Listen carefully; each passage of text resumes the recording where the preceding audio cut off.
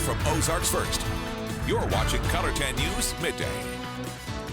Good morning. Thank you for joining us today at Midday. I'm Carissa Codel. Now, it may be the first day of winter, but it's definitely not feeling like it out there. A little bit warmer for December, and we do have some bad news. If you want a white Christmas, well, meteorologist Natalie Nunn is here to tell you that bad news. Bad news, I can give you a soggy Christmas.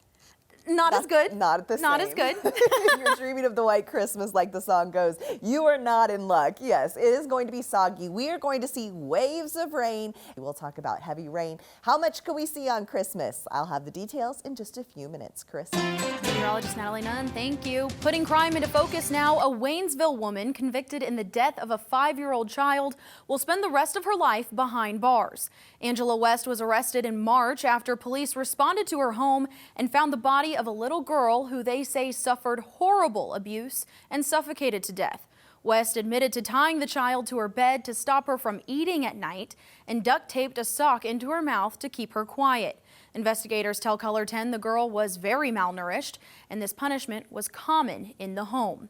A second woman, Shamira Buford, faces second-degree murder and abuse charges. She pleaded not guilty and will have a jury trial in June of next year.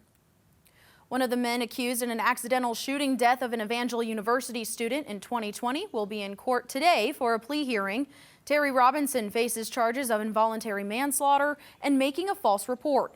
He said he didn't know the gun was loaded and initially told police it was a drive-by shooting.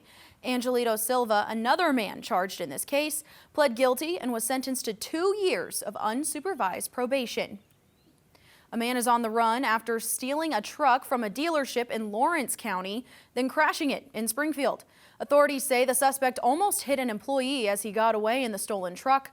A few hours later, he crashed at West Bypass and Grand, and he and another man took off running. Controversy in Camden County over the use of license plate reading cameras. The county commission passed an ordinance restricting the use of the cameras on county-owned roads, saying they're an invasion of privacy. But the sheriff's office says the technology helps protect the community and law-abiding citizens have nothing to worry about. We're in the business of catching bad guys. That's what we do. If this technology can assist us in doing that, we're going to use it. I just believe that our rights and our liberties are more important than being able to catch somebody that has committed a crime. Sergeant Scott Hines tells Color 10 the license plate reading camera set up on Highway 54 in Camden County has already led to the recovery of 2 stolen vehicles and helped in catching a suspect wanted for a murder in California. For now, the ordinance does not apply to cities or state-owned roads.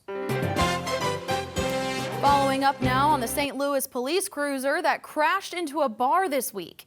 After speculation about what really happened, police say the officer involved in the crash was working overtime and admits to being distracted by his car radio.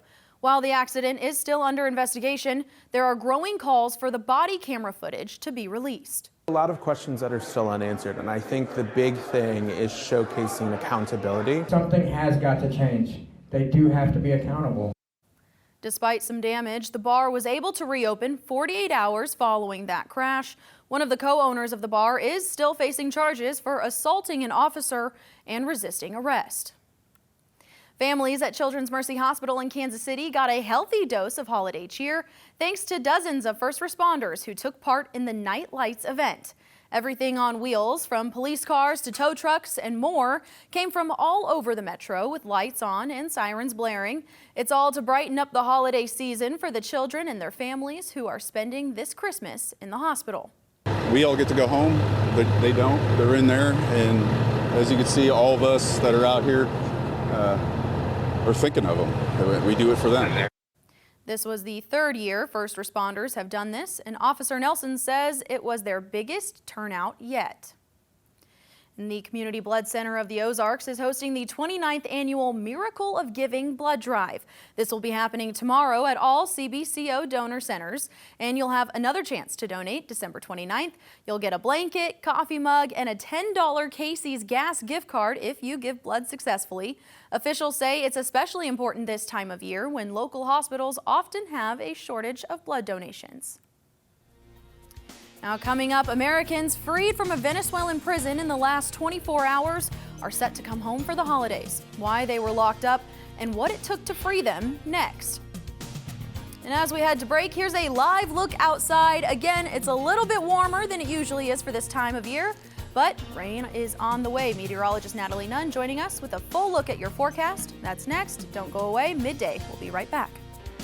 From Color 10, Ozarks First. This is Color 10 News Midday.